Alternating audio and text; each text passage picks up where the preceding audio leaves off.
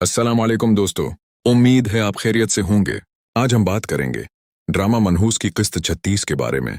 अगर आप हमारे चैनल पर नए हैं तो चैनल को सब्सक्राइब जरूर करें ताकि आने वाली हर नई वीडियो आप तक वक्त पर पहुंच सके। अब चलते हैं किस्त की कहानी की तरफ। वक्त गुजरता रहा मगर सारा की हालत में बेहतरी आने के बजाय मजीद बिगाड़ आता चला गया। हर नया दिन उसके लिए एक नया इम्तिहान बनकर आता था। घर में ना उसकी बात सुनी जाती थी और ना ही उसकी नीयत को समझने की कोशिश की जाती थी। उसे बार बार ये एहसास दिलाया जाता था कि वो इस घर पर बोझ है, जैसे उसकी मौजूदगी ही तमाम मसाइल की वजह हो। किसी भी बात का इल्जाम आखिरकार सारा पर ही डाल दिया जाता। एक औरत हर मौके पर उसे ये समझाती रहती कि सब्र ही औरत की असल ताकत है। उसके नज़दीक खामोश रहना ही बर्दाश्त और जुल्म सहना ही मोहब्बत कहलाता था।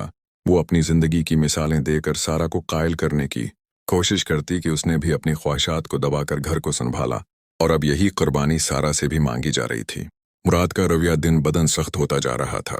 छोटी छोटी बातों पर गुस्सा करना, तलख जुमले कहना और कभी कभार हाथ उठा लेना, ये सब घर के माहौल को खौफनाक बना चुका था। उसके बावजूद मुराद के रवैये को दुरुस्त साबित करने की कोशिश की जाती और सवाल हमेशा सारा के किरदार पर उठाए जाते। उसे ये बावर करवाया जाता कि अगर वो एक अच्छी बीवी होती तो मुराद को गुस्सा ही ना आता। सलमान अपनी बीमारी, कारोबारी नुकसान और जहनी दबाव में इतना उलझा हुआ था कि सारा का दर्द महसूस ही न कर सका।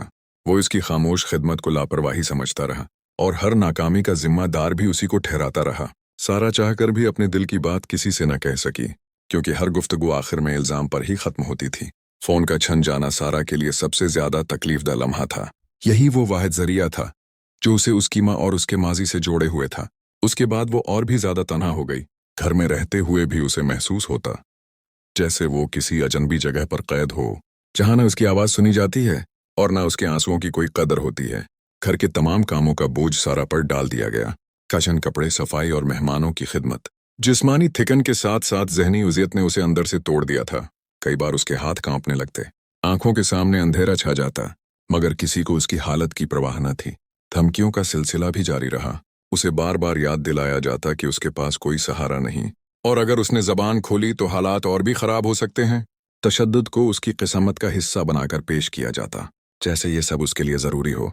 रफ्ता रफ्ता सारा को एहसास होने लगा कि ये सब महज वक्ती गुस्सा नहीं, बल्कि एक सोचा समझा रवैया है जिसका मकसद उसे तोड़ना और बेबस बनाना है। वो जान गई थी कि अगर उसने अब भी खुद को न संभाला तो उसकी पहचान, उसकी हिम्मत और उसका वजूद सब खत्म हो जाएगा। एक रात जब सब सो चुके थे, वो अकेली बैठी खामोश आंसू बहा रही थी। इसी लम्हे उसके दिल में एक सवाल पैदा हुआ, क्या जिंदगी वाकई ऐसी ही होती है? क्या मोहब्बत के नाम पर इंसान को यूं मिट जाना चाहिए? यही सवाल उसके अंदर एक कमजोर मगर जिंदा उम्मीद को जगा गया। शायद अभी सब कुछ खत्म नहीं हुआ, शायद एक दिन वो इस अंधेरे से बाहर निकल सके। दोस्तों, ये थी आज की वीडियो। अगर आपको ये वीडियो पसंद आई हो तो उसे लाइक करें, चैनल को सब्सक्राइब करें और बेल आइकन को जरूर दबाएं